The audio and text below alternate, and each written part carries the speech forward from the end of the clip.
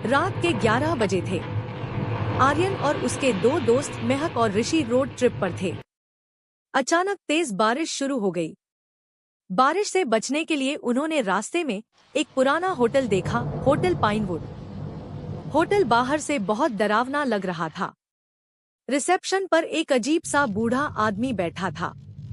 उसने धीरे से उन्हें चाबी दी और बस एक ही बात कही, कमरा नंबर 9 में रहना, लेकिन खिड़की मत खोलना।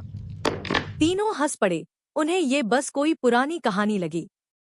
कमरे में सब ठीक था, पर हवा में अजीब सी गंध थी, जैसे गीली मिट्टी और सड़े कपड़ों की। रात के 2 बजे महक की नींद खुल गई।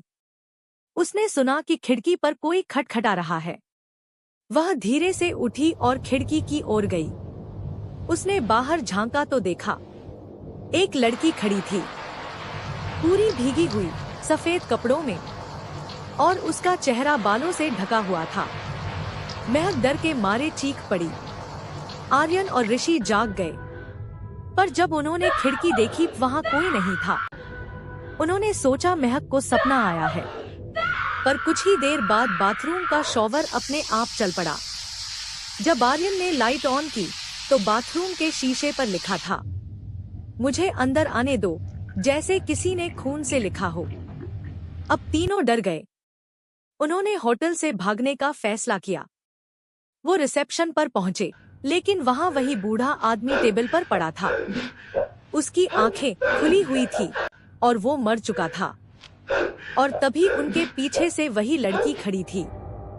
अब उसका चेहरा साफ दिख रहा था, काली खाली आंखें, चेहरा पीला और मुंह से पानी टपक रहा था।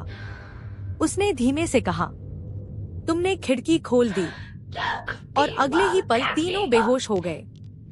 सुबह जब उनकी आंख खुली तो वे फिर से उसी कमरे के अंदर थे, लेकिन इस बार दरवाजे के बाहर लिखा था, चेक आउट हमेशा के लिए। वे जल्दी से होटल से भाग निकले। कुछ दिन बाद आर्यन वापस उसी जगह गया तो उसे पता चला कि होटल पाइनवुड 10 साल पहले ही बंद हो चुका था, क्योंकि कमरा नंबर 9 में 3 लोगों की डूबकर मौत हुई थी।